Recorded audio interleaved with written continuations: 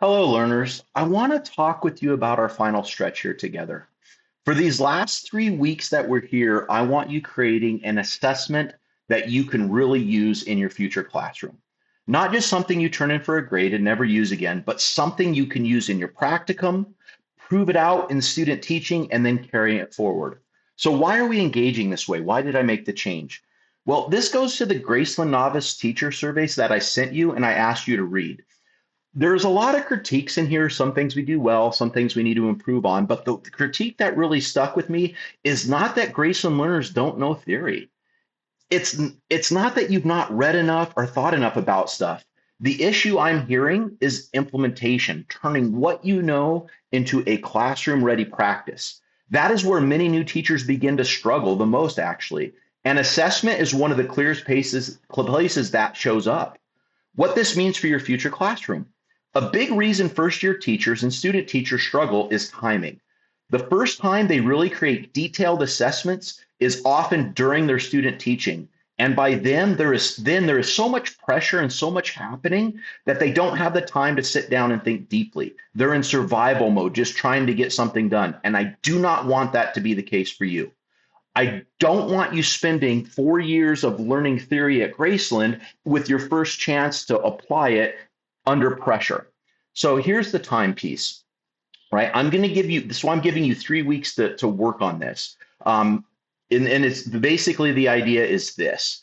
Your time matters, and I want you to think of yourself as professionals getting ready to go into the classroom. So as you're using this time, I really want you to take your time to think about all the lessons we talked about, to think about all the ideas that were presented in this course, think about what the book said, think about the author said, and then really devise a strong assessment piece in advance that you can use for, a lesson plan of your choice. In my experience, and this is the reason why I'm doing this, some teachers show up each day trying to figure out what they're going to do tomorrow. They're planning the night before and trying to build on the fly, and it's incredibly stressful and it shows up, right? But then there are the teachers who use their weekends, they use their summers, and they use their plan period and open time differently. They spend weeks thinking and developing lesson plans before they even teach them. So when it comes time for them to teach, it's already been thought through and it's well designed, right? They're not throwing it together the night before and hoping it works. And unfortunately, that's what I see with assessment a lot. A lot of teachers, they teach, they do their lesson plan, and it's like all of a sudden, oh, I have to do an assessment. So they real quickly write down some multiple choice about what they did the night before without really thinking about the purpose of assessment, how to scaffold student learning, et cetera. So this is what I want you to get out of these next couple weeks, right? I want you to develop a high quality assessment that you could use throughout the rest of your journey. Something aligned to a lesson you would really want to teach. You could pick whichever lesson you want. Something thoughtful enough that you could use it in practicum, right, to evaluate, which I'm going to talk about here in a second, that you could then make it better in student teaching and then make it a part of a pillar within your future classroom.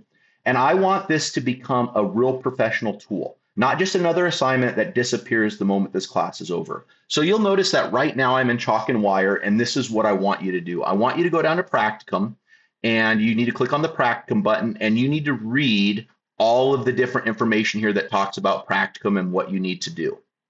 All right, so I'm going to go back. Oops, my portfolio. Come down to practicum. So you're going to notice here that there are student work samples. This is what I want you to focus on, and you can sort of read. This is my example I put forward there, but you can sort of read what it looks like. But I want you to read through chalk and wire and look through both your practicum and student teaching expectations, because the idea is in practicum, you have to teach 3 lesson plans and you have to give an assessment where you evaluate students on whether or not they meet, do not meet, or exceed your objectives. And that's what you're writing out right now, right? The last piece I sort of want to talk to you about is why I'm giving you your grade up front.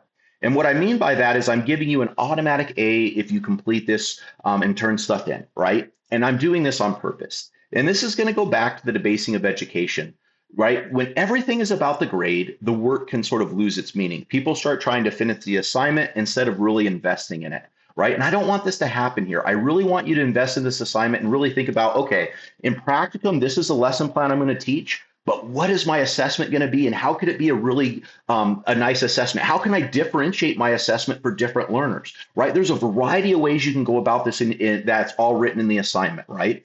But overall, what I do not want you is engaging in this like just one more task to complete or waiting for the last second to get it done. I want you to engage in this as if you're a teacher and you're preparing for 3 weeks from now just to deliver this killer lesson, right? And that's sort of the goal that I want you doing. So, in closing, now you have about 3 weeks. At the end of 2 weeks, I asked for you to submit your lesson that you've done, or not your lesson, I'm sorry, your assessment that you've done.